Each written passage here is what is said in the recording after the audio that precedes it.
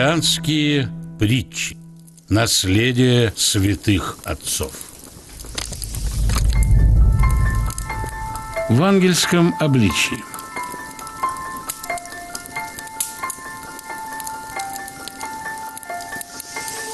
Дьявол, притворившись ангелом света, предстал как-то перед одним из святых отцов-пустынников и сказал: «Я архангел Гавриил. Меня послал к тебе Всевышний».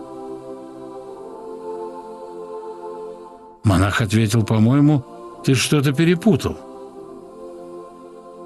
Тебя, наверное, послали к кому-то другому.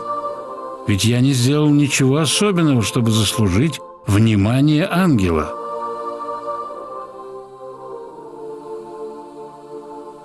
Услышав это, дьявол сразу же исчез и никогда больше не осмеливался появляться рядом с этим человеком.